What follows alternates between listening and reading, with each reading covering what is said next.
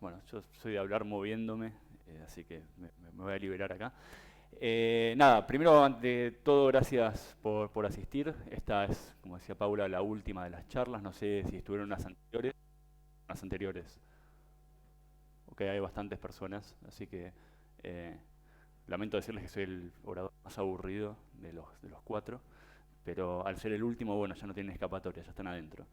Eh, ¿Tienen idea de qué es prospectiva? ¿Alguien sabe qué es prospectiva? ¿Alguien trabaja en prospectiva? ¿No? Bueno, mejor todavía porque así puedo decir cualquier cosa y pasa de largo. Eh, Básicamente lo que vamos a hablar es de una metodología. Nosotros siempre en Singularity, o la gente que trabaja en tecnología habla mucho de futuro, pero en general cuando la gente habla de futuro no habla de futuro, habla de presente. Y cuando alguien habla de futuro, pero en realidad habla de presente, o sea, cree que habla de futuro mientras habla de presente, toma malas decisiones. Y la lógica de hablar de futuro no es solamente para tomarse un café y decir, viste lo que hizo Elon Musk antes de ayer, qué sé yo, sino es para tomar decisiones en empresas que lo que hacen es básicamente disminuir el riesgo cuando alguien hace un pipeline de desarrollo, ¿sí? Entonces, lo que yo les voy a comentar son metodologías o formas de pensar para poder pensar un futuro real, no el futuro que está en la última conferencia, que ya no es más futuro porque ya está hecho. Digo, si lo último que salió es lo último que presentó Samsung, la estamos pifiando. Probablemente lo último esté más cerca de la universidad o de la ciencia, o después de eso, que es lo que viene, como para poder tomar decisiones inteligentes. Primero les voy a mostrar un poco de tecnología porque mi corazón me lleva para ahí, y después les voy a mostrar algunas metodologías para pensar o para ordenar ese futuro en la cabeza y después tomar decisiones.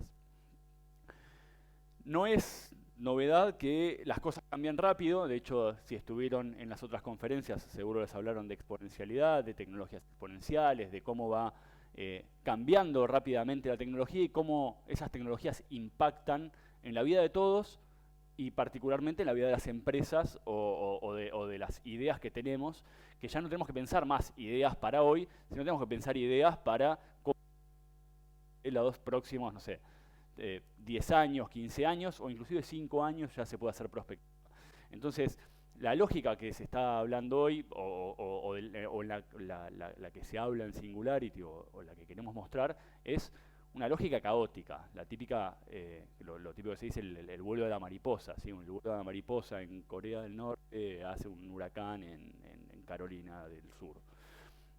Y eso es lo que hace la tecnología. Pequeños cambios tecnológicos que parecen medio inocuos, como que no pasa nada, de repente desbarrancan y generan enormes impactos sociales o traen aparejados enormes impactos tecnológicos. Y un poco la perspectiva lo que hace es tratar de hacer una metodología para esto y no ser un oráculo de sentamos en un café y pensamos, sí, bueno, yo creo que en 10 años el hombre va a llegar a la luna. ¿Y en qué te basás para eso? O creo que en 30 años vamos a colonizar Marte. Sí, en 30, en 50, en lo que quieras, total, no sabemos. ¿Sí?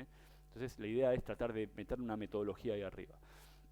Hablamos de tecnologías exponenciales, obviamente. Las tecnologías exponenciales, para los que no estuvieron en las otras charlas, son esas tecnologías que al principio parecen como que no pasa nada y llega un momento en la de esa tecnología que termina explotando y al explotar produce grandes impactos socioeconómicos.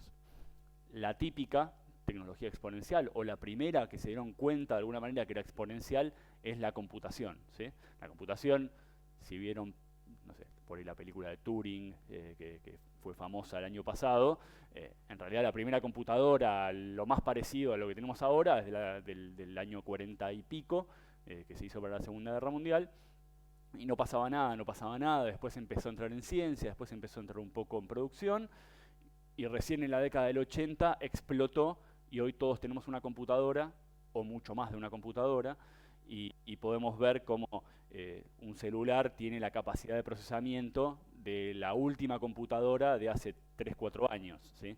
Eso es exponencial. Rápidamente crece en su capacidad de procesamiento, en su impacto, y decrece en su valor. Ahora, si bien esto empezó a pensarse que es la famosa ley de Moore, en los años más o menos 70.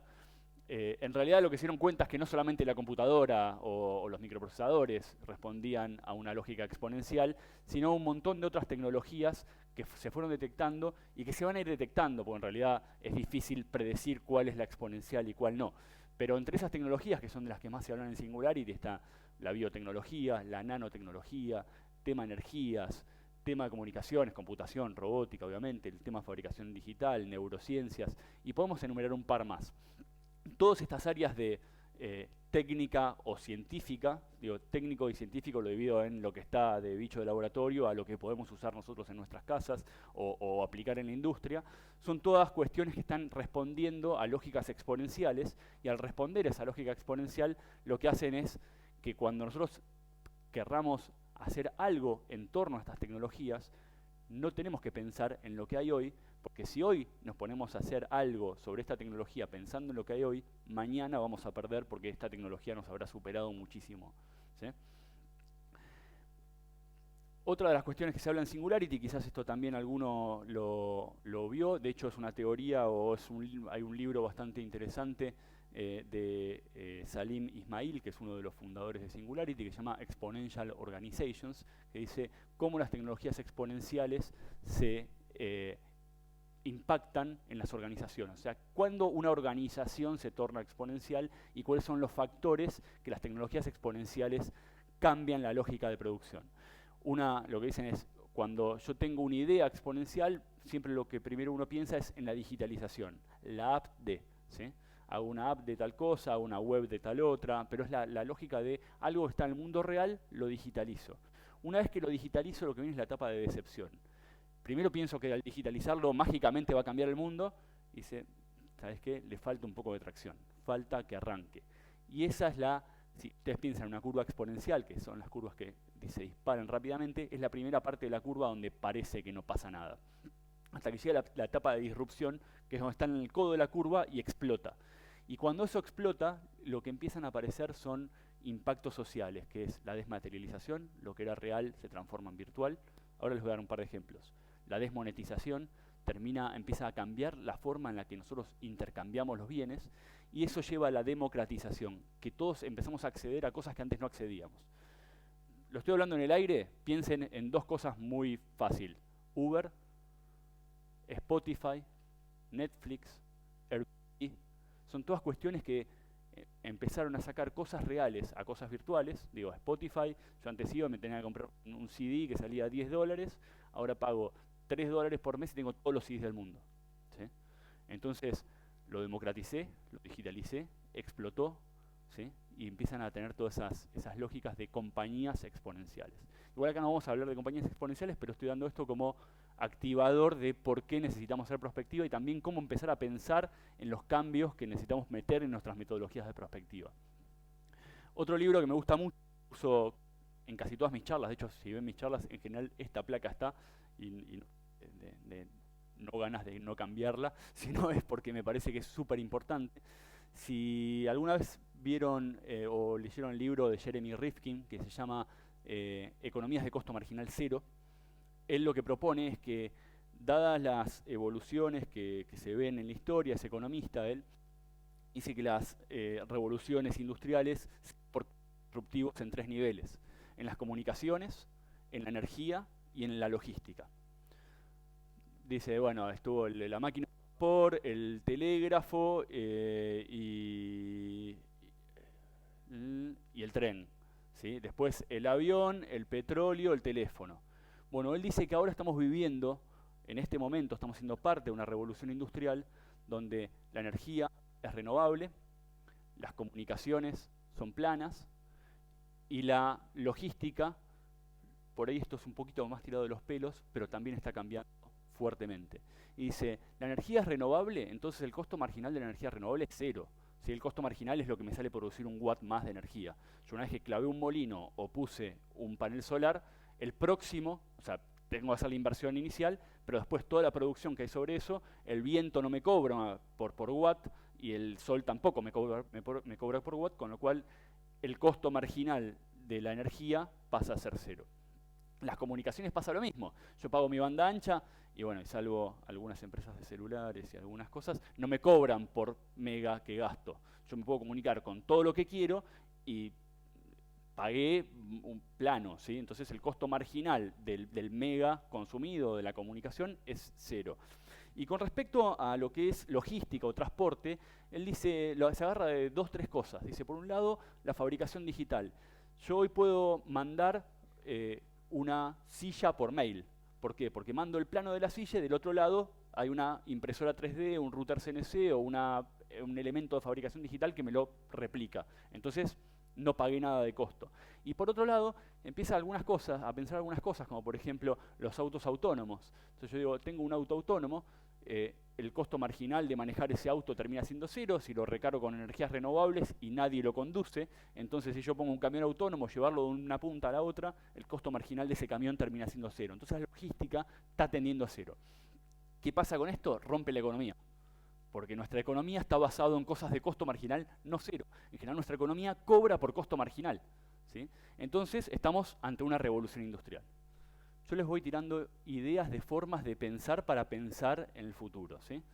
Después, si quieren, en la parte de preguntas y respuestas o charlas, o después seguimos charlando sobre alguna de estas si les interesa más. En todo esto hay breakthroughs, que dicen, o sea, cosas que son disruptivas en distintas áreas de la tecnología. Yo agarré 3 o 4 para mostrarles y después vamos a entrar en la parte de prospectiva. De hecho, el MIT Technology Review sacó a fin del 2016 los 10 breakthroughs, o sea, las 10 tecnologías disruptivas o eventos disruptivos del año 2016. Yo acá creo que le puse 3 o 4. Uno dice que es el tema de driverless, autos sin conductor y siempre ponen las dos escuelas, que son dos escuelas distintas de robótica. Una es Google planteando con lógicas de radares y radares láser y algunas otras tecnologías, y otras Tesla, que Tesla dice lo voy a hacer más barato, voy a poner cámaras, pero es algo claramente disruptivo y que va a cambiar un montón de industrias.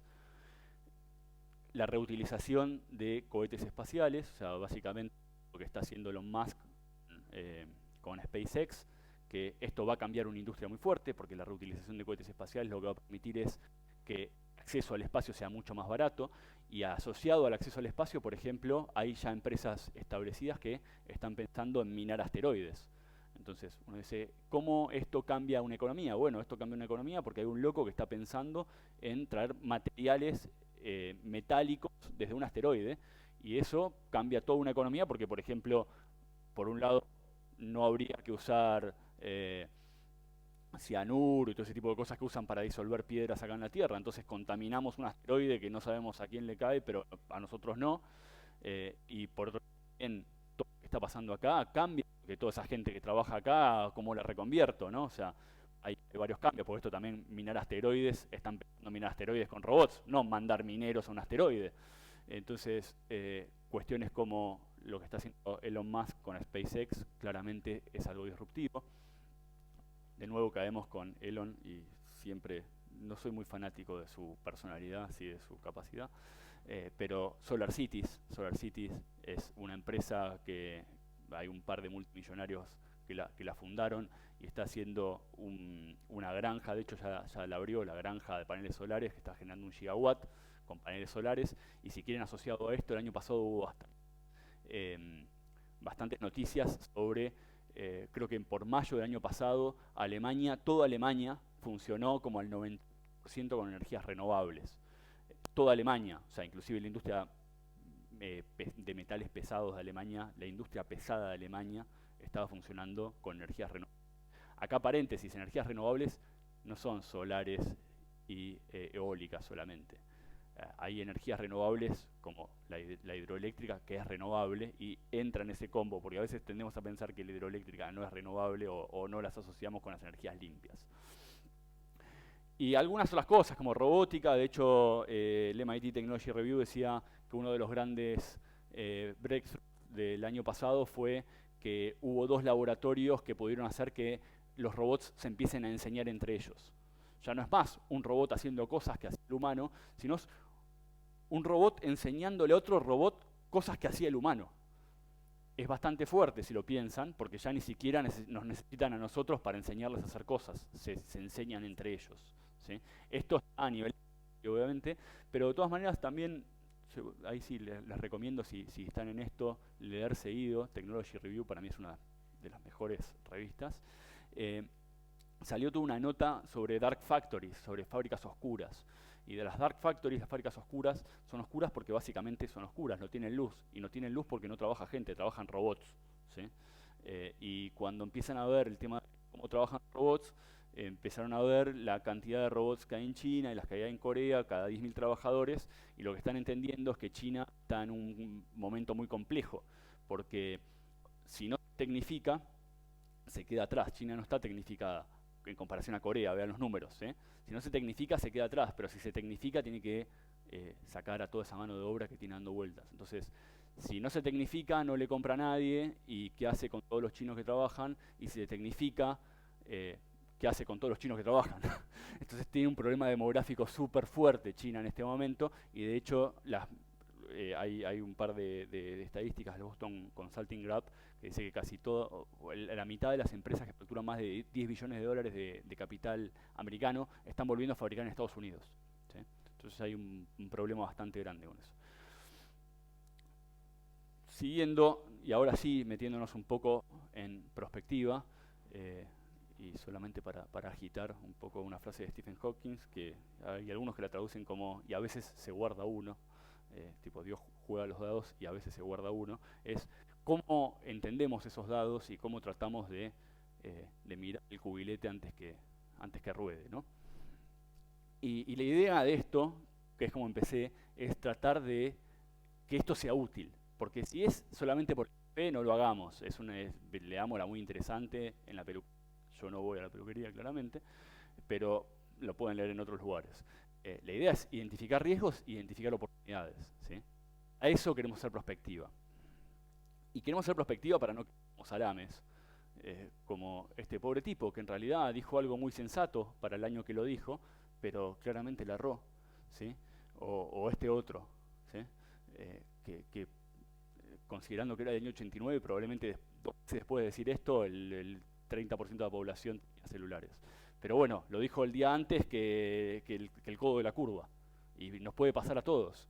Y cuando le pasa a un tipo que maneja la telefonía mundial, como un gerente de Telecom, perdón, estamos en Telefónica, del Telecom alemán,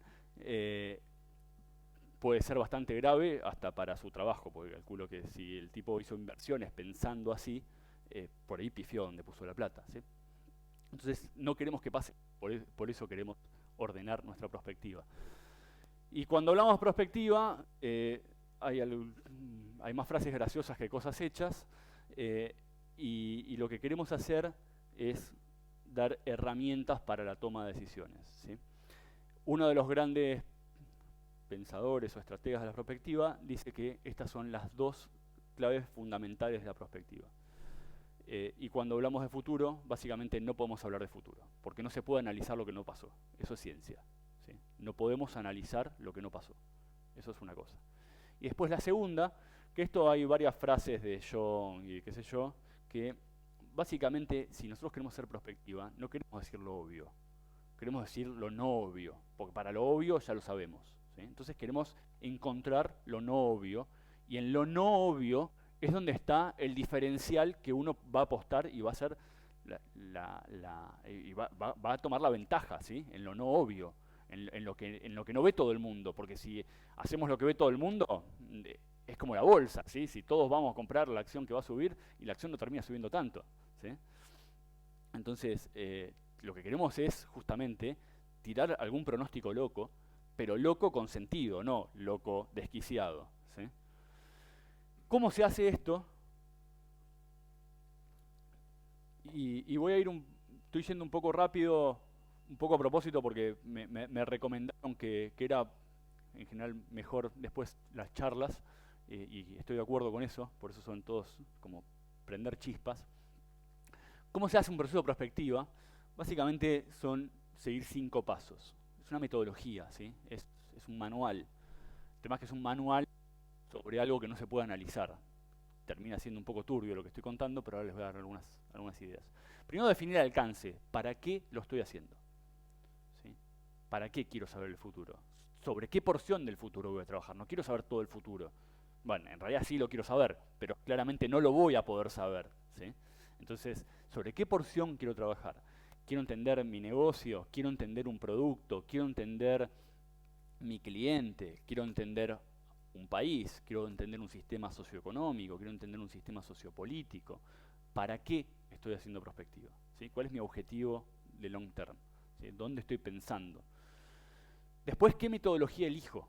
Hay varias metodologías para hacerlo y vamos a hacer un pasaje por 4 de las más normales. Una vez que sé qué metodología voy a elegir, tengo que juntar información, porque el futuro, a la larga, es una extrapolación sobre la información que hay ahora, pero como vimos, no vamos a hacer una regresión lineal, es decir, no vamos a pensar linealmente porque sabemos que sin tecnología y en muchas otras cuestiones pensamos linealmente, terminamos como el de Telecom. ¿Sí? Le podemos pegar, porque aparte estamos en Telefónica, sí, le podemos pegar en Telecom. Después que tenemos información, tenemos que interpretarla y procesarla, y después hacer el pronóstico. El pronóstico es lo último, obviamente, que es nuestro objetivo. Vamos a ir por estas 5 patas, y les voy a empezar a tirar algunos tips. Son genéricos, obviamente, es una charla de 30 minutos, no es clase magistral sobre prospectiva, pero la idea es meter la idea en sus cabezas, que esto se puede hacer con alguna metodología lógica, y que espero, si les gusta, se interioricen un poco más y lo usen, porque me parece que es algo bastante usable en el día a día. Cuando pensamos los límites, hay 2 niveles en general que se piensan límites. El primer límite es a nivel sistema, es qué porción voy a cortar de mi realidad. El universo, bueno, o sea, está claro, ¿no? ¿Sí? Es el universo, el mundo, mi sociedad, mi organización, mi persona. ¿Sí? ¿A dónde voy a poner el foco? ¿A dónde voy a poner el recorte de esa realidad? Claramente, cuando estamos recortando la realidad, la estamos recortando, vamos a dejar cosas afuera, ¿sí? Y las cosas afuera, una vez que las dejamos afuera, nos tenemos que olvidar, porque si empezamos a meter todas las variables, se va a complicar. Después, sobre qué categoría voy a trabajar. Estos son medio estándares, obviamente uno puede inventar las propias, ¿sí? Mezclarlas, pero lo que no puede hacer es no definirlas. Entonces, cuando dice categorías, decimos, bueno, vamos a trabajar sobre ciencia, sobre tecnología, sobre política, sobre instituciones, sobre el sistema que hayamos elegido, qué categorías vamos a tirarle para analizar. Claramente, o sea, no hace falta pensar mucho para entender que todo eso está interrelacionado y que si dejo alguna fuera, voy a dejar, de nuevo, voy a recortar la realidad, pero es lo que tengo que hacer, no me queda otra. Entonces, una vez que entendí cuál es la realidad que yo quiero llegar, tengo que elegir el modelo sobre el cual voy a hacer prospectiva. O sea, el modelo con el cual voy a hacer prospectiva, perdón. Y hay 4 estándares. Uno es por juicio de valor, otro es extrapolación y es más matemático. Hay uno que es modelos, y el más usado, o el más frecuente, o probablemente si escucharon algo de prospectiva hayan escuchado es el por escenarios. Ahora vamos a ir por cada uno. Mucho de esto, si les interesa mucho, esto sale del ambiente militar, ¿sí? Los que más hacen prospectiva son los militares. Los militares porque juegan un juego que no saben qué va a mover el otro. Entonces tratan de hacer futuro sobre escenarios posibles de lo que va a hacer el oponente. Digo militares, pero se aplica a un juego de ajedrez, un juego de Go, un juego de estrategia, a 2 partidos donde el otro mueve independientemente porque yo moví para un lado, ¿sí? Si vamos a lo que es la metodología por juicio de valor, suena como un buen nombre y en general se usa algo que se llama método Delphi, por el oráculo de Delfos, ¿sí? Y básicamente es, agarremos a los expertos en el área, en el sistema que elegimos y les hacemos preguntas. Tiene mucho nombre, pero es eso. Les hacemos preguntas, decimos, ¿vos qué opinás? ¿Qué va a pasar sobre tal tema? Pero agarramos expertos de verdad y los agarramos por separado. Y hacemos una lista de preguntas estratégicas sobre temas que nos interesa saber el futuro. Y les preguntamos, todos por separado. Una vez que le preguntaste todos por separado, recopilás esa información y le mostrás lo que respondió el otro. Y que ajuste su pronóstico o no, según lo que hayan respondido los otros. Y se va haciendo esa iteración de pregunta, ajuste, hasta que todos esos expertos, que pueden ser en distintas áreas, llegan a una visión común y sostenible. No puede ser que en el mismo pronóstico diga que, bueno, justamente en el pronóstico del tiempo sí, uno dice que mañana va a ser frío, otro dice que mañana va a ser calor. O hace frío o hace calor, pónganse de acuerdo. Es un poco eso lo que se hace en el método Delphi, ¿sí? Se le pregunta a varios expertos en las materias que elegimos, preguntas que hacen a nuestro negocio, a nuestro sistema que hayamos elegido, y tratamos de que nos den un pronóstico que cierre cuando contamos la historia, ¿sí? Que puede ser sobre tecnología, ciencia, política, economía, sociedad, sobre todos, y todos tienen que tener sentido. No puede ser que uno diga, bueno, socialmente la gente va a tener más trabajo, y el otro diga, no, vamos a una sociedad robotizada. Es o una cosa o la otra. Entonces, queremos converger en eso. Y eso es el método Delphi.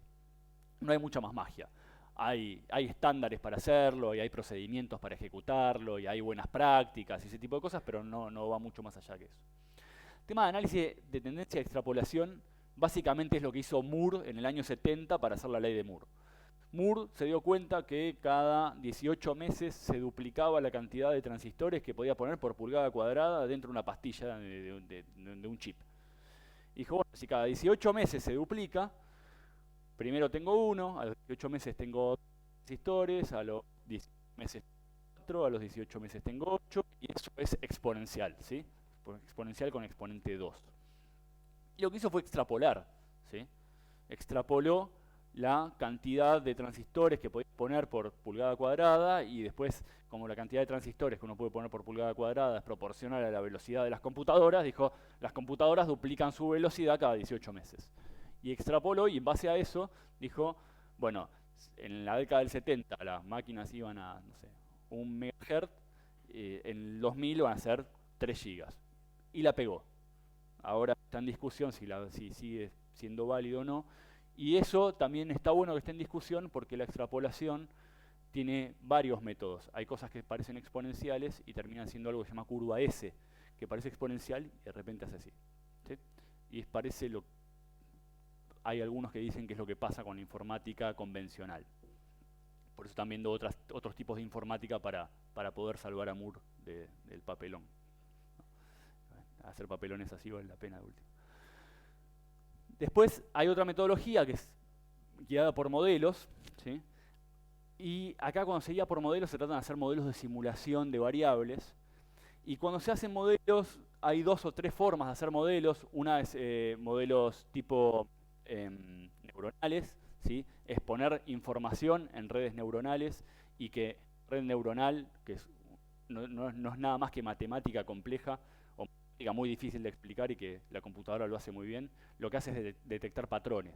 Entonces yo pongo un montón de variables, que para mí es muy difícil entenderlas porque son muchas, y la computadora me escupe patrones. Dice, la tendencia es esta. Y no es una tendencia porque extrapolo, es una tendencia porque las computadoras, de hecho la inteligencia artificial, es muy buena detectando patrones, ¿sí? Entonces, una forma es la parte de patrones vía redes neuronales.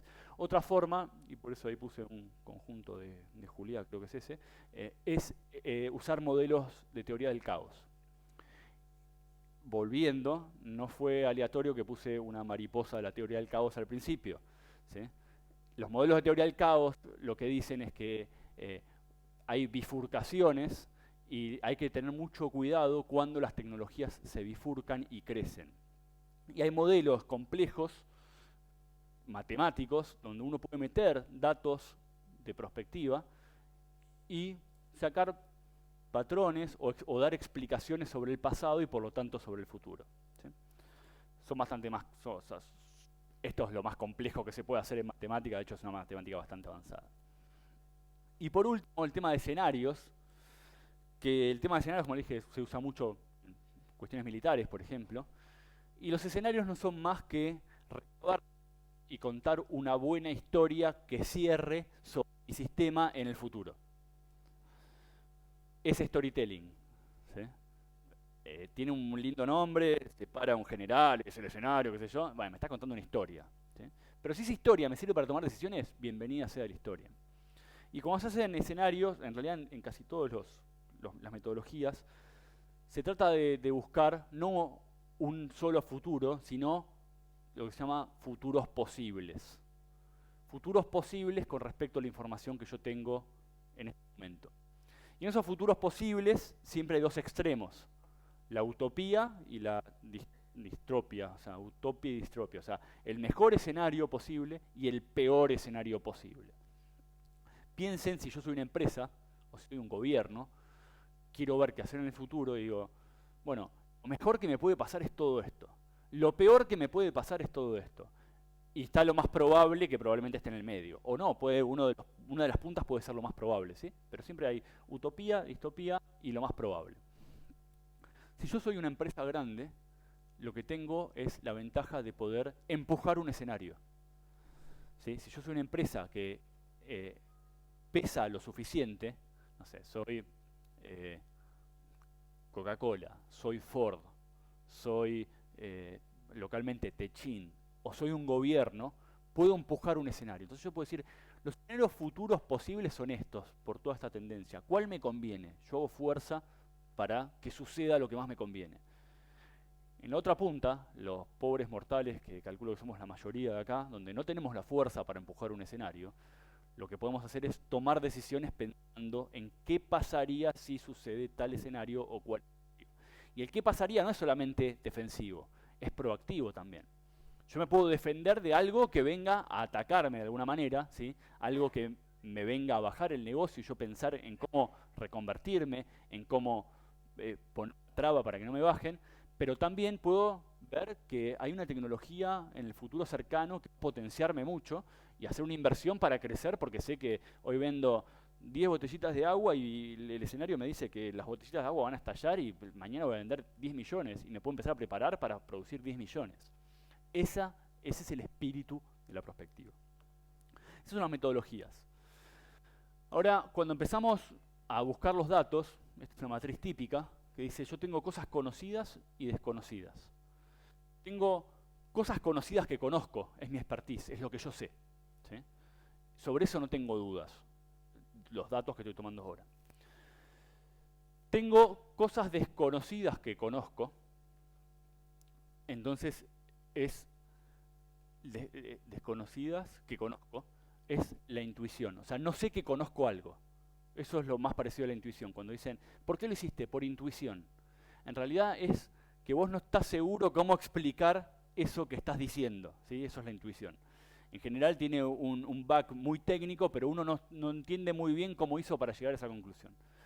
Después tengo cosas que sé que no conozco, y eso es donde tengo que hacer research, ¿sí? Donde me tengo que desasnar en algo que yo sé, en un campo que sé que estoy haciendo agua. Y lo más complicado es lo que no sé que no conozco, porque no puedo hacer nada sobre eso, pero magia. Ese es el área de incertidumbre de mis datos. Y acá, con tema información, voy a hacer un par de líneas. Nosotros estamos hablando mucho de tecnología, de disrupción, de emergencia, etc. Hay algo que hay que tratar de separar de lo que es lo disruptivo de lo emergente. ¿Sí? Lo disruptivo es lo que cambia la forma de hacer algo, pero la cambia fuerte. Lo emergente es algo que surge y es como más tranquilo, ¿no? Como que pasa. Entonces lo disruptivo es algo que, como los avioncitos esos que están ahí, el disruptivo es el que se fue al costado y hizo algo inesperado, ¿sí? Lo emergente es lo más a largo plazo, lo más planificado de alguna manera. Entonces, lo emergente yo de alguna manera lo puedo controlar, lo puedo trabajar. Lo disruptivo tengo que salir a pechearlo, ¿sí? Para hablar en criollo. Y cuando se está buscando información, hay que centrarse obviamente en la tecnología que está ahora, está bueno entenderla, pero también está bueno, como yo les dije, probablemente lo nuevo no es lo que está en la última CES, no es lo que nos dicen no sé, los periodistas de tecnología en la tele, porque los periodistas de tecnología hablan de la última conferencia, sino probablemente lo nuevo esté en la ciencia. La ciencia es la que dispara novedades. Entonces, si el futuro, o sea, la ciencia y el futuro están altamente relacionados, yo lo que quiero hacer es investigar para mi futuro futuro, no para mi futuro presente, es investigar un poco qué está pasando en la ciencia. Para darles una idea, hay una buena cadena de interacción entre la identificación del electrón, año 1800 y pico, cómo la identificación del electrón terminó en esto. ¿Sí? O sea, una cosa bastante, bueno, hoy nos parece súper sencillo, obvio, un electrón, pero el tipo que identificó el electrón es el gran responsable de esto. ¿Sí? Entonces, piensen cuando ven algo de ciencia, qué cosas puede desatar ese evento científico. Y hay otra forma de mirarlo también, que es el tema de las herramientas. En general, las herramientas destraban nuevas formas. Entonces, la creación de una herramienta hace disrupciones. O sea, si nos vamos muy atrás, lo disruptivo no fue la computadora, fue el descubrimiento del electrón, si se quiere. ¿Sí? La información también hay que empezar a tomarla desde el punto de vista de distintas áreas. Una cosa es una visión, es creo que va a pasar tal cosa. Otra cosa es una medida, es las baterías de litio están teniendo una densidad mayor a la esperada en el último tiempo. Otra cosa es la dirección, la energía en el mundo está tendiendo a ser renovable. Y otra cosa es una señal, que es Apple invirtió en una empresa de autos, pensando en algo, en señales que nos dan cuando estamos tomando información para alimentar nuestro sistema prospectivo. Pues algunas otras cosas de información que hay que tener en cuenta es que en general toda nuestra historia está marcada por esas tres cosas. ¿Sí? Casi todos lo que conocemos y lo que sabemos, cosa a destiempo, o sea, en otro tiempo alguien hizo algo, no funcionó, y alguien hizo algo 5 años después y fue un boom, es una copia. De hecho, yo soy muy pro Mac y todos dicen que Mac ya hace sobre todo copias. ¿Sí? Mac casi que, o sea, Apple casi que no inventó nada, sino rehusó y lo puso en timing que estaban totalmente desfasados. Transformaciones, cosas que existían, darle un twist para que escalen. O combinaciones, agarrar dos cosas y juntarlo. De hecho, bueno, hay una frase conocida de Ford que dice: yo no inventé nada, la rueda existía, el motor existía, la chapa existía, el volante existía, yo agarré y lo puse todo junto y hice un auto. Pero el auto como que estaba inventado desde antes. ¿Sí? Entonces, también si empezamos a mirar la información con este layer, con estos anteojos, podemos empezar a pensar en qué va a venir, ¿sí? De alguna manera. Y acá creo que es lo más importante de la prospectiva, es identificar lo que en prospectiva se llaman wildcards, que son cosas que cuando yo estoy haciendo el ejercicio de prospectiva salen como que son de muy baja probabilidad. O sea, es muy poco probable que eso pase. Existe la probabilidad, no es nula, es probable, pero es poco probable. Sin embargo, si pasan, rompen el mercado. O sea, si pasan, hace una diferencia enorme. Entonces, la información estratégica está en estas cosas. Está en lo que tiene baja probabilidad de suceder, pero un alto impacto. El tipo que juega bien, que se juega por la wildcard correcta, es el que se hace millonario, o el próximo Elon Musk, o lo que quieran poner ahí como idílico de a quién le quiero apuntar. Pero lo clave es entender qué es lo de baja probabilidad que realmente hace fuerte el mercado. Y cuando tengo todos los eventos distribuidos, lo que tengo que pensar es en esta lógica, en probabilidad e impacto. Yo, con la información, con las regresiones, con lo que haya elegido, con el método que haya elegido, puedo hacer un mapa y empezar a poner un montón de eventos y a distribuirlos según su probabilidad de ocurrencia y su impacto en el sistema que estoy investigando. ¿Sí? Les va cerrando la metodología, más o menos, es bastante lineal, no tiene mucha, no es muy complicada.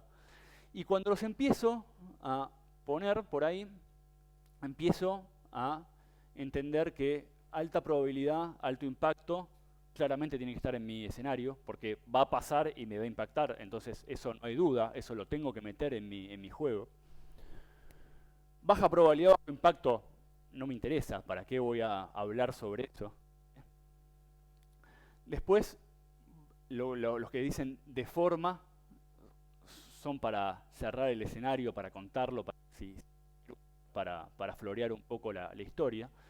Pero la clave está en los esenciales, en los importantes y en los wildcards, que son los que hablé antes.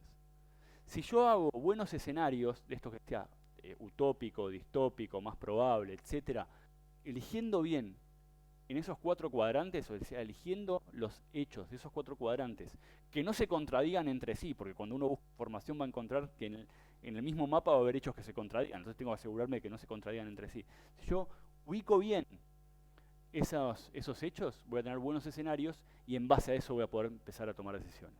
Y no tomar decisiones por intuición, que las intuiciones son muy buenas, pero dependen de la persona que la está tomando. Y el día de mañana ese CEO renuncia, se quiere una gamba o desaparece y la empresa se fue. ¿Sí? Entonces, yo partí de E y lo que voy a hacer son hipótesis. El futuro es una hipótesis. ¿Sí? Yo no puedo, vamos a lo de antes, no existe estudiar el futuro, existe hipotetizar sobre el futuro. Y ese va a ser mi pronóstico, esa hipótesis de hechos futuros, de lo que va a pasar. Y en base a lo que va a pasar, yo lo que quiero hacer es tomar decisiones. Vuelvo sobre esto que también lo dije al principio. Un pronóstico útil es el que da sorpresas. Si no me da sorpresas, no es útil. ¿Para qué le presentás el informe y dice, pibe, ¿para qué te pagué? Ya sabía esto. ¿Sí? Esos son el 95% de los informes de mercado y los económicos. ¿Sí? Te dicen lo que ya sabías. Porque nadie se anima a jugársela por estos wildcards. ¿Sí? Entonces, yo lo que quiero es que ese pronóstico, esa hipótesis, sea rica.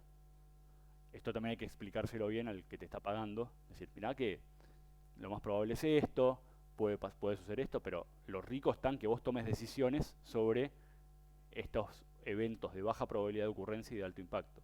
¿Sí? Que los analicemos, que los vigilemos, que nos juguemos por alguno. Y una vez que yo tengo todo armado, lo que empiezo es a tomar acciones. Y para tomar acciones, lo que se hace ahora es, si yo agarro mi pronóstico y, bueno, hermoso el pronóstico, ahora vamos a hacer un proyecto de 25 años para hacer esa acción que va a pasar dentro de 30 y estoy cocinado. Entonces, lo que hoy se usan son metodologías ágiles, ¿sí? Que ya calculo que muchos de ustedes las conocen o las habrán escuchado, que lo que nos permiten es probar rápidamente esas hipótesis, testeando rápidamente esas hipótesis sin hacer grandes inversiones. Y en esas metodologías ágiles, acá es un gráfico que está mega enredado con todo lo que se conoce de metodologías ágiles y por ahí es medio confuso. No nos vamos a meter en cada metodología, pero rápidamente Design Thinking es una forma de pensar desde el punto de vista del usuario. Lean UX o Lean Startup o ese tipo de cosas es forma de pensar empresas de manera rápida, de manera liviana. Agile, bueno, para construir software sobre todo se usa, pero hoy se está usando Agile para todo lo que tiene un componente informático en el medio, entonces se usa Agile para diseño. Growth hacking es cuando ya esto está más pensado para una app, que es cómo hago que entre en la curva exponencial y realmente sea un éxito. Si vamos a Design Thinking, cada uno tiene su metodología, sus estándares. La típica metodología de Design Thinking son 5 etapas, donde está centrado en el usuario. Uno lo que hace es primero conocer mucho al usuario, empatizar, ponerse en los zapatos del usuario, después definir cuáles son las oportunidades que encuentra, idear soluciones sobre esas oportunidades, prototipar rápido y testear. Y esto es hacerlo muy rápido, lo más barato que se pueda, ¿sí? Entonces, yo puedo testear rápido, me confundo rápido, y si me confundo rápido pierdo menos plata, ¿sí? Que si pienso un proyecto a 10 años y cuando llegué digo, ¿vos querías esto? No, mirá, yo quería una mesa, no quiero una botella. Eso es lo que pasa, lo que pasa en general con casi todos los proyectos y sobre todo en los de software, y Design Thinking permite hacer esto. Lean Startup, que siempre lo que te dice es, hacé, construí, medí, aprendé y entra en ese ciclo todo el tiempo. Obviamente se complementa con lo que dije antes. Cuestiones como Lean Canvas, que son más de negocios, que es machear lo que lo quiere con mi propuesta de negocio, ¿sí? Estas son todas metodologías que se usan mucho. Y todas estas metodologías vienen al caso porque yo estoy entregando un informe sobre el futuro, y el informe del futuro es para tomar una acción, porque si el informe del futuro lo uso para estabilizar la pata de la mesa de directorio, no sirve para nada. Y si el informe del futuro entra en el pipeline de producción de la empresa pesada que tarda 20 años en hacer un proyecto, no sirve para nada. Entonces, asociados a los informes de futuro, tienen que ir estrategias ágiles que me permita ejecutar y tomar acciones sobre ese futuro. Si no, no gasten plata en esto, ¿sí? Y hay un montón de distintas estrategias mezcladas, ¿no?, que nos permiten tomar acciones rápidas sobre ese futuro que nosotros estamos diciendo para tomar ventaja. A la larga lo que queremos hacer es tomar ventaja del mercado, ¿sí? Eso es lo único a lo que apunta la perspectiva. Y por tomar ventaja del mercado, digo, si uno es privado del mercado, si uno es el Estado, tomar ventaja, no sé, en el juego de los países o en el juego interno, político, o lo que quieran. Pero si yo no tengo un accionable sobre eso, no sirve para nada. Mundo Maker, hoy casi todos tenemos la capacidad de hacer prácticamente cualquier cosa, porque la tecnología y los medios de producción bajaron tanto que podemos prototipar rápidamente cualquier cosa gastando muy poca plata, ¿sí? Antes lo único que podíamos prototipar antes de la década del 90 no podíamos prototipar nada. En la década del 90 pudimos prototipar rápidamente software, ¿sí? Porque el software era barato, yo tenía mi computadora, pum, prototipaba y salía, y por eso fue, bueno, burbuja y todo, pero fue un boom. Hoy puedo prototipar básicamente cualquier cosa, porque impresión 3D, un router CNC, Arduino, Internet of Things, qué sé yo, básicamente es casi todo software. Entonces ese software lo convierto rápidamente con el Mundo Maker a estos prototipos, y puedo ir a un inversor y decirle, esto es lo que tengo, y se lo muestro andando. Antes no podía hacer eso. Entonces, las formas de producción también cambian y se asocian a esto de ver el futuro y accionar sobre el futuro. Y este señor que es bastante conocido en el Mundo Maker, también es otra cosa que uso bastante, que es estas 3 frases. Dice, hoy en día, para hacer cualquier cosa, no necesito ni capacidades especiales, no necesito ser ingeniero para hacer electrónica, ¿sí?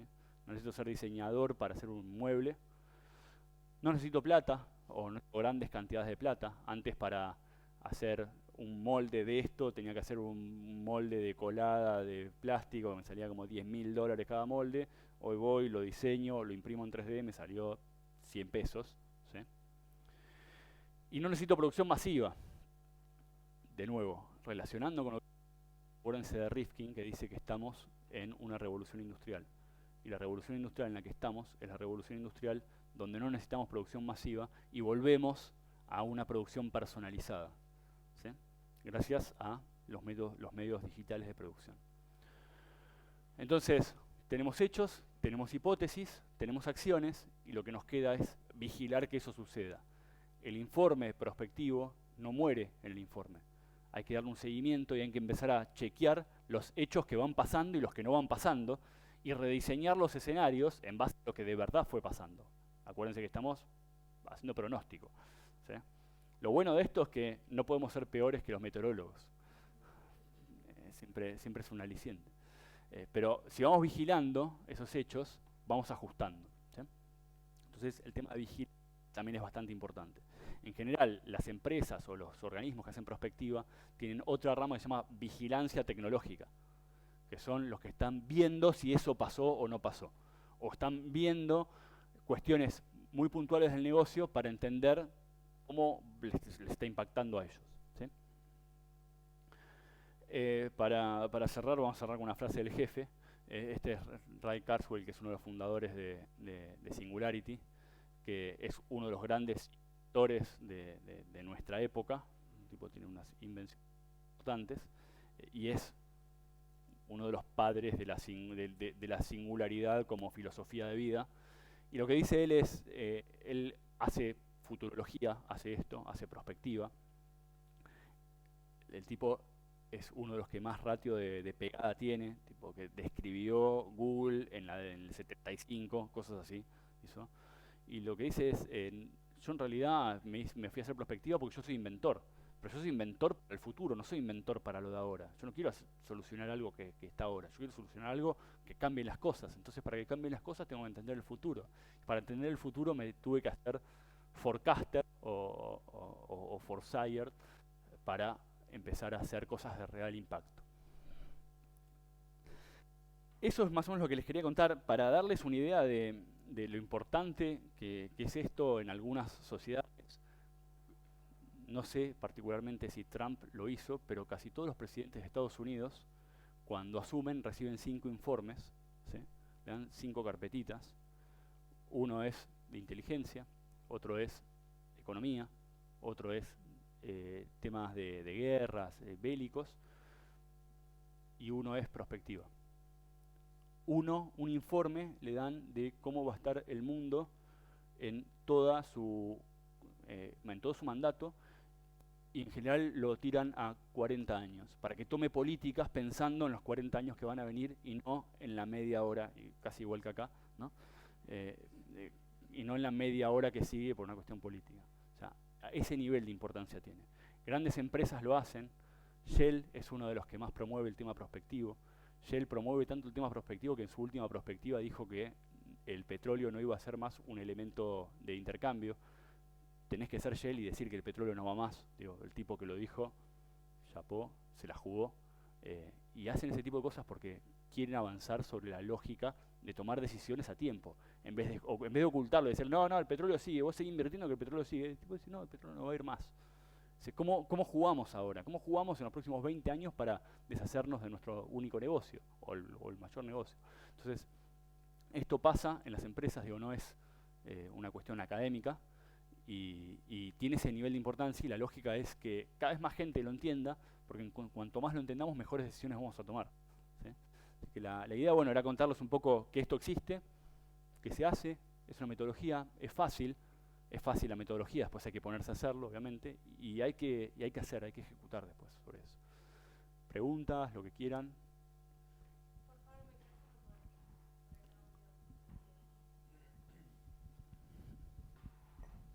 Hola, hola. Genial, gracias. Te hago una consulta respecto a lo que no sabemos de la información, porque como dijiste es una metodología que se reduce de alguna manera a una receta, Sí. que de acuerdo a diferentes variantes uno va tomando decisiones. Uh-huh. ¿Hay alguna técnica, alguna metodología para tratar de descubrir lo que no sabemos? Leer. Tratar de empaparse en lo más que se pueda. Leer y hablar. Digo, esto también tiene mucho de bueno, yo por ahí vengo muy del mundo startup, ¿no? Donde el mundo startup se basa en el networking. Y el networking te enseña un montón de cosas que no sabes. O sea, descubrir y chocarte con otra gente que hizo otras cosas de otras maneras, eso es yo creo que es la metodología. De hecho, ¿cómo se llama este tipo? No me va a salir el nombre. Un viejito simpático, multimillonario, no importa. Dice que su trabajo 80% lo dedica a leer y 20% lo dedica a tomar decisiones. O sea, si vos no lees y no estás al tanto, no sabes que no sabes. Siempre te va a escapar algo, porque el mundo es infinito, ¿no? Pero cuanto más leas, más al tanto vas a estar. Yo no digo que le dedico el 80%, pero el 50% de mi tiempo lo dedico a scrollear. Hay gente que se queja porque me pagan por eso. Pero bueno. Gracias. Scrollear, hacer scrolling con el mouse. La ruedita.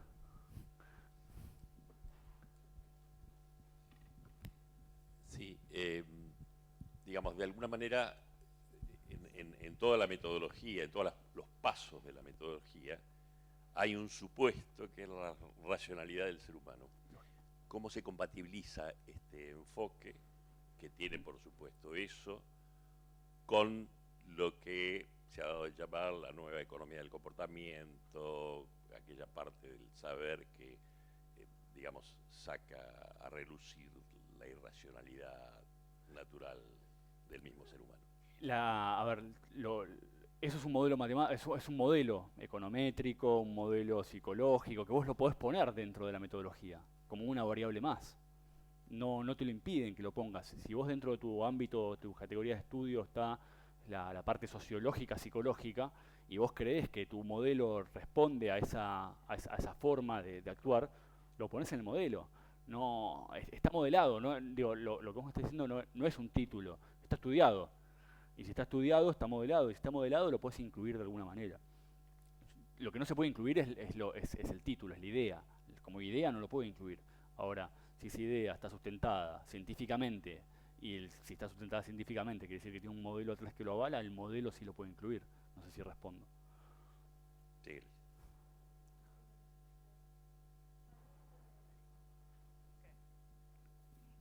Vos estuviste hablando el tema de robot que enseñan a robot. Sí. ¿Se tiene pensado en estos laboratorios qué va a pasar a nivel mundial sociodemográficamente con la población? Laboral y no laboral, artesana, creativa. Hay estudios, sí. Los empleos semicalificados, los Sí. empleos no calificados Sí. y los empleos altamente calificados. Sí, hay varios estudios que están haciendo, sobre todo desde el punto de vista social, impacto social. La realidad es que por más estudios que hagan, en general la ciencia no frena, entonces en realidad el mejor estudio que puedes hacer es cómo reconvertir a esa gente, más que cómo frenar esa tecnología, ¿no? Viene por ese lado. Puntualmente sobre el tema laboral, sé que hay mucho estudio, no soy un especialista en eso. Sí que estuve bastante metido en todo lo que es autos autónomos. Yo hace 2 años hice un par de autos autónomos acá en Argentina. Y por ejemplo el MIT está haciendo todo un estudio sociológico sobre qué comportamiento debería tener un auto autónomo ante un accidente. Hay toda una teoría que dice, vos tenés un auto autónomo y te va a matar. O sea, tu auto te puede llegar a matar. ¿Por qué? Porque si decide que la mejor solución, antes no sé, siempre ponen la ecuación, viene un micro lleno de chicos bajando una barranca y viene tu auto donde estás vos solo y hay un accidente y el auto tiene que tomar alguna decisión, la decisión más racional global es que el auto se tire por el barranco y te mate, ¿sí? Entonces, el auto te va a matar a vos. Hay un montón de cuestiones filosóficas alrededor que no me voy a poner a discutir, pero por ejemplo el MIT empezó a hacer todos estudios y pueden entrar y ustedes les plantean un montón de situaciones y ustedes pueden votar a quién matar, básicamente. Entonces están haciendo una suerte de encuesta global sobre a quién mata el auto en un montón de distintas situaciones. Digo, es sobre filosofía de la ciencia, filosofía de la robótica, impacto social. Yo sé que hay un montón de laboratorios que lo están haciendo. Puntualmente hay un libro que te puedo recomendar, se llama, lo escribió un italiano, fue justo conmigo el mismo año, Singularity, se llama Federico Pistorno, el autor, y se llama, el libro es Los robots nos van a robar el trabajo y eso está bien. O sea, Robots will steal your job, but that's okay. Él lo que plantea en su estudio es, está bien, los robots nos van a reemplazar en nuestros trabajos, vamos a volver una suerte de ocio griego, creativo, con la diferencia que en este caso los griegos tenían el truquito de los esclavos, en este caso el truquito de los esclavos van a ser los robots, entonces no nos va a dar tanto cargo de conciencia. Eso es lo que plantea él en el largo plazo. Son teorías, todavía no está probado. La realidad es que también si volvemos a lo que dice Rifkin, estamos viendo una revolución industrial y en todas las revoluciones industriales quedó gente en el medio. Lamentablemente. El tema es cada vez se supone que somos más evolucionados y cada vez nos preocupa más eso y podemos empezar a tomar cartas en el asunto antes de que quede mucha gente en el medio o tratar de disminuir el impacto en ese sentido, ¿no? Pero hay estudios. Ese libro se me ocurre que puede ser un buen disparador. Hay varios en esa dirección. Hola, si se me permite agregar algo chiquito sobre este tema, hay mucha gente que está hablando de ingreso universal. Sí. Digamos, me parece que esa es como hoy la teoría más fuerte y hace creo que 1 o 2 meses Finlandia anunció que va a hacer un plan piloto de eso y va a invertir no sé cuánta plata con la idea y que está un poco asociado a lo que dijiste vos al final, esto de que eventualmente esa teoría apunta a que vamos a trabajar menos y que la solución para que toda esa gente no se muera de hambre es que haya un piso mínimo garantizado. Hola. Quería saber si viste o conoces algún modelo de prospectiva que involucre a la inteligencia artificial y al uso, o sea, un modelo de diseño futuro para la inteligencia artificial. Uno de los formatos que dije de prospectiva, que es el modelizado, usa inteligencia artificial para hacer prospectiva. ¿A eso te referís? ¿O qué va a No. pasar a futuro con la inteligencia Un artificial? modelo a 50 años de los posibles escenarios, por ejemplo. Hay varios de esos. Hay varios, sobre todo en cuestiones militares, por ejemplo. Hay uno, en algún momento he escrito una nota de eso, que, bueno, mi otro gorro, yo trabajo en el ejército, ¿no? Hay un modelo que es el tema de si le dan o no le dan libertad total a los drones, ¿no? Hoy los drones que tienen armas, los aviones no tripulados que tienen armas, a la hora de tirar hay un tipo que autoriza ese tiro y toca el botón, ¿sí? Y tira. Cuando empiezan a hacer simulaciones, dicen, ¿qué pasa si con quien me estoy enfrentando no tiene un tipo que autoriza? Hay una inteligencia artificial que caza el blanco y le tira. El que tiene el tipo que autoriza pierde. Entonces hay una cuestión de un equilibrio de Nash, de un juego, en teoría de juegos, que dice que el primero que ponga un dron sin un man in the loop, sin un tipo en el medio, va a hacer que todos los otros tengan que poner drones sin tipos en el medio, porque básicamente van a perder la guerra, ¿sí? Eso es fuerte sobre qué pasa si la inteligencia artificial hace eso. Y hoy la inteligencia artificial tiene capacidad de hacer eso. No es que estamos hablando de futuro. ¿Esos modelos están a más de 20 años?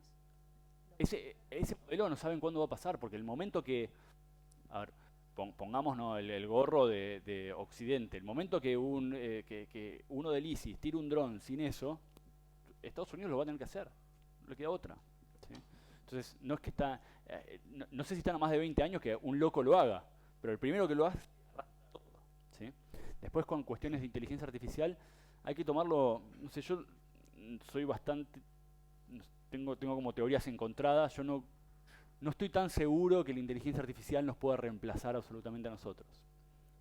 Hay algunas teorías que dicen que sí, hay otras que dicen que, pero son más filosóficas, hay otras que dicen que nada puede crear algo más inteligente que sí mismo. Entonces, como que el tope de inteligencia que podríamos crear somos nosotros mismos, y no podríamos ser algo más inteligente. Los singularitarios, inclusive todos los de Ray Kurzweil y todo ese tipo, dicen que no, que en el 2043, de hecho de una fecha, Ray dice, el 2043 es el punto singular, es el punto donde las computadoras alcanzan nuestro nivel de inteligencia. Y como las computadoras duplican su capacidad a cada 18 meses, a los 18 meses vamos a tener una computadora el doble de inteligente que nosotros. Son modelos. Hay que jugarse en algún momento y hay que ver las tendencias, por eso también es importante la vigilancia. Sí, las energías renovables, como dijiste, están poniendo en peligro el petróleo, se usará en el futuro por ahí para otra cosa. Hay laboratorios que están generando alimentos. Sí. La pregunta para nuestro país que vive del campo, digamos, de la agroindustria como principal, ¿qué modelos han aplicado o si hay ideas sobre el futuro del campo, o bien en esas carpetas que le dieron a Trump de perspectivas, si te parece que dice algo del campo para los próximos 20 años? Sí, estamos afuera. Yo todo lo que escuché de perspectiva en lo que es tema alimentario y generación de alimentos de laboratorio siempre se orienta a lo que es carnes, a lo que es animales. Lo que es generación de alimentos, ¿sí? Sí hay tecnología tan agro para mejorar la producción, pero no para generar soja, porque parecería como que no tiene mucho sentido.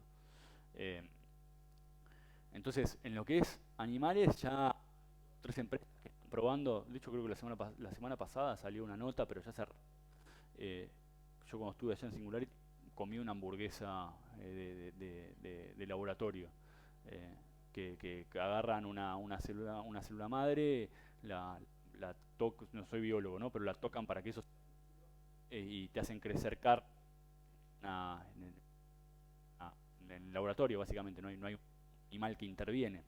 Y está bajando exponencialmente el precio y subiendo exponencialmente la capacidad. De este lado, pareciera como que hay un riesgo importante para el país. Si lo miramos del lado agro, en el lado agro, mi intuición, modestamente trabajando en eso, es tratar de sacar los agroquímicos. donde hay un juego bastante grande, sobre todo por el peso de los que fabrican agroquímicos y transgénicos, y no de hippie, digo, a mí me parece que están bien los agroquímicos y los transgénicos, pero hay algunas cuestiones de eficiencia que con robótica se pueden reemplazar. Pero eso orienta a mejorar la producción y no a dejar de producir soja, maíz o trigo. ¿Respondo más o menos? Sí, yo creo que sí, tranquilo. Sí, a ver si me podrías aclarar algo respecto de lo que llamamos inteligencia artificial. O sea, yo había una vez escuchado una definición que decía que la computadora era un tonto rápido, en definitiva, ¿no? La pregunta es, cuando hablamos de inteligencia artificial, ¿hablamos de un tonto recontra rápido que tiene una capacidad de procesamiento casi infinita y a eso le llamamos inteligencia? Y cuando hablamos de que enseña un robot a otro, es porque hay ciertos parámetros que ese robot está leyendo. Es decir, ¿estamos hablando de la misma computadora infinitamente más rápida o estamos hablando de otra cosa cuando hablamos de inteligencia artificial? No sé si se entiende la pregunta. Opiniones esto, ¿sí? Yo soy ingeniero informático, o sea, estoy en el área. Opinión. Para mí es un tonto rápido. Ahora, nosotros somos tontos rápidos, quizás. Digo, yo no sé, hay un paso atrás y hay que decir qué es inteligencia. Porque quizás todo lo que pasa en nuestro cerebro no son más que cuentas. No sé, no sabemos si son cuentas. Son modelos complejos, son cuentas. Una red neuronal en un sistema de inteligencia son cuentas, y son cuentas que las ves y no las puedes explicar. No puedes podrías explicar, pero te llevaría muchísimo tiempo. Entonces dicen, bueno, es inteligencia. Descubrió algo, no descubrió nada. Yo planteé un modelo y el modelo tiene outputs y conexiones tan complejas que probablemente yo no pueda explicar cómo llegó a eso. O sea, muy difícil explicarlo. Ahora, ¿qué diferencia hay entre la computadora, cuando le pongo una foto de una silla y me dice eso es una silla, que es eso, una red neuronal, a yo que digo eso es una silla? Por ahí mi cabeza está haciendo algo parecido. Entonces, quizás es inteligencia artificial y quizás nosotros somos inteligencia artificial también, digo, o hacemos lo mismo. Es medio complicado definirlo. Si vos me decís qué pasa dentro de la computadora, estoy de acuerdo, es un tonto rápido, hace cuentas. Google, que salió el año pasado, que le ganó al campeón de Go, que el Go es el juego más estratégico del mundo, qué sé yo, porque tiene una capacidad de analizar escenarios infinita, entonces tiene capacidad de hacer árboles de mucha profundidad, de todos los posibles movimientos, cosa que nosotros, intuitivamente, un buen jugador de ajedrez rápidamente dice, si yo muevo la pieza para allá, el otro la mueve para acá, y está, creo que está calculado, no sé, un buen jugador de ajedrez tiene 8, 10, 20 movimientos adelante. La computadora tiene todos los posibles, no 20. Entonces es un tonto rápido si lo tomás así. Ahora, nosotros, el mejor jugador de ajedrez tiene 20 adelante porque es un tonto lento, qué sé yo. No sé cómo hace internamente el cerebro para entender eso. Le podríamos llamar computadora X super espectacular o inteligencia artificial, en definitiva. Sí. Okay. Pero ya están hablando de intuición en la inteligencia artificial. De hecho, también eso se reduce un poco a opinión y a experiencia del que lo opina. Pero de AlphaGo supuestamente demostró cosas que no podían explicarlas, inclusive analizando qué era lo que había hecho, porque había tomado ciertas decisiones. ¿Estaba superando el nivel de rapidez que lo pasa a dejar de ser tonto? Es matemática. Que te cueste mucho explicarlo, te lo compro. La computadora es determinista, no hace cosas no deterministas. Por ahí, para explicarlo, me lleva 50 años de un tonto lento como un humano. Pero es determinista. La computadora suma y resta. Ni siquiera. Sí, yo iba a hacer otra pregunta, pero ya que está, agrego un poquito de esa también. Lo que pasa es que siempre nos ponemos a ver si nos reemplaza en todos los aspectos. Me parece que con que agarre distintos campos, sí nos puede reemplazar para una cosa o para otra, y ya con eso nos pasa, ya nos está pasando. Así que no esperemos que sea un Android igualito y que nos pase en todos los campos, porque sí en cada campo nos va por separado a superar. Pero mi pregunta tiene que ver con este contexto de la inteligencia artificial y todo lo que evoluciona. ¿Cómo ves vos?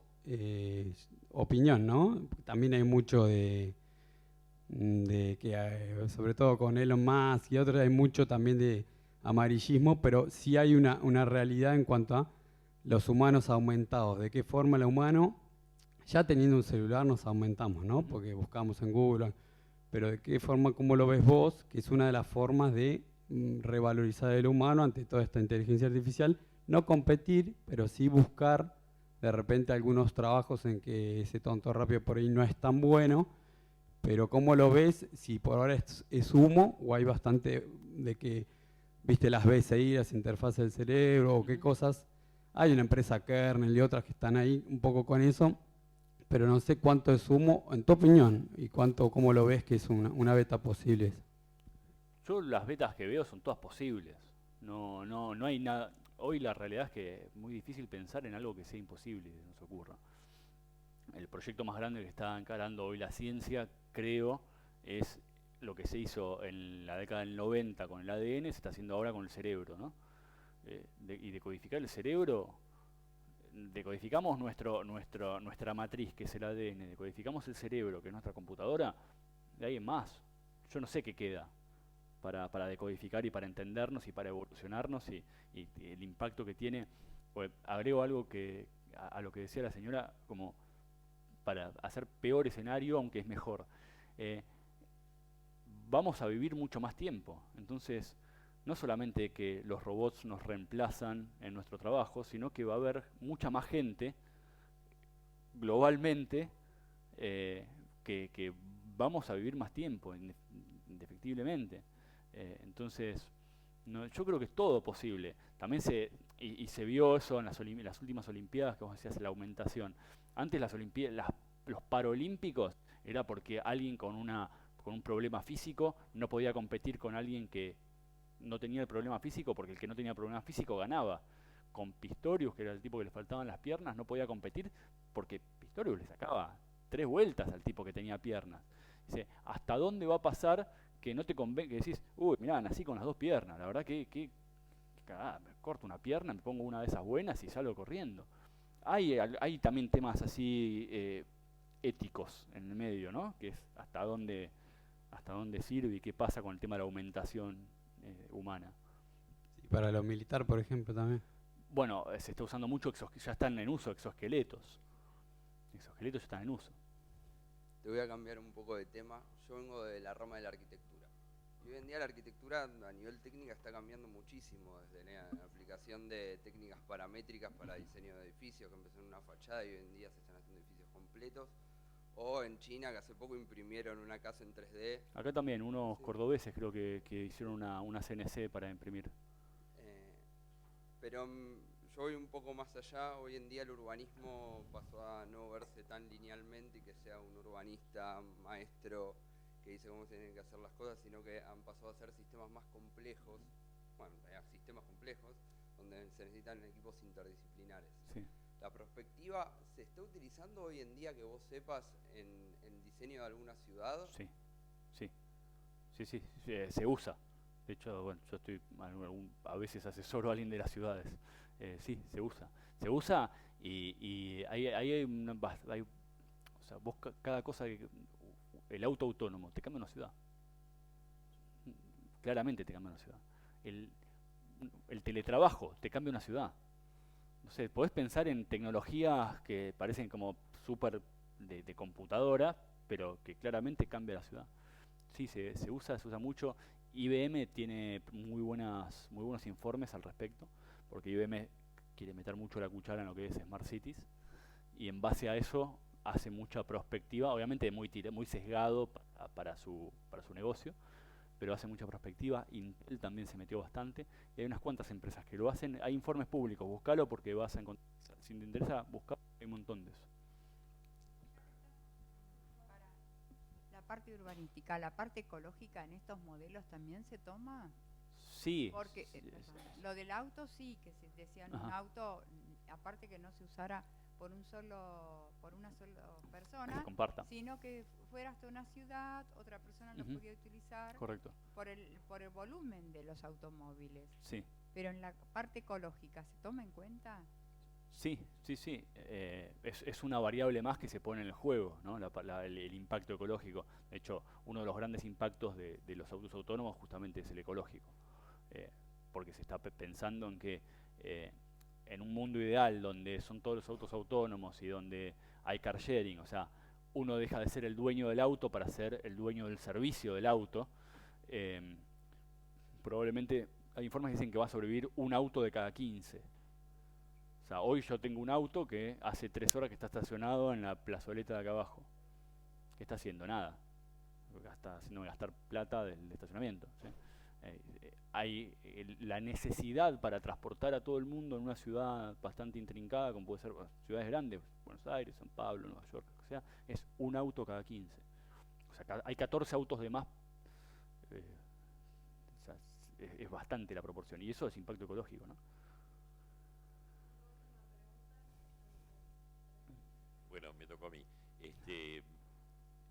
De alguna manera, yo la otra vez pregunté qué pasaba con el tema de gobernanza y Singularity, que lo tiene como uno de los áreas de estudio. Sí. Pero que bueno, que no le habían prestado demasiada atención, porque en última instancia la respuesta fue, lo que pasa que la Singularity se la lleva puesta el gobierno y demás. Vos a lo mejor tenés una perspectiva un poco más matizada de eso. ¿Podré tener alguna idea? Lo que es real es que todo el cuerpo legislativo en general está siempre, y en todos los países, acá también, y por ahí acá, o sea, uno siempre insulta más a lo propio, ¿no? Pero pasa en todos lados, siempre corre detrás de la tecnología. Por varios motivos. Una, porque tampoco podés hacer una ley basado en una perspectiva, ¿no? Pero podés empezar a pensar leyes basadas en perspectiva. Y después otro que acá, perdón si hay muchos abogados, pero la realidad es que casi todos los legisladores son abogados y no entienden nada de tecnología, ¿no? O sea que inclusive cuando legislan sobre algo que ya existe, no le pega, o sea, les cuesta mucho. Digo, habrá alguno que no, pero en general les cuesta mucho. En cuanto a eso, sí, la tecnología se termina llevando puesta al gobierno, si se quiere. Ahora, me parece que hay algunos sesgos de gobierno que están más interesados en apalancar tecnologías nuevas y en hacer que esa tecnología no tenga tanto impacto o tenga el mejor impacto posible, o sea, el mejor impacto positivo y no comercial. Hay otros que son más quedados y hay otros que no saben qué hacer, como, no sé, mi criterio, yo a veces trabajo con la gente de ciudad y no entiendo el tema Uber y eso, cómo les pasó por encima, ¿no? Me parece como que es algo que les pasó por encima, que ya se sabía Uber. Tuviste que esperar que se prenda todo fuego y salir corriendo a sacar una aplicación propia de taxis.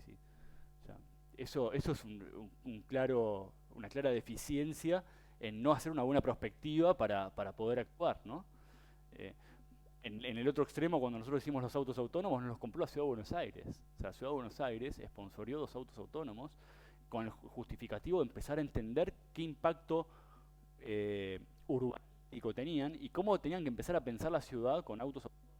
Entonces, por un lado, te compraron 2 autos autónomos pensando 5 pasos más allá, y por otro lado se tropezaron con Uber, que lo tenían ahí encima. No sé respuesta.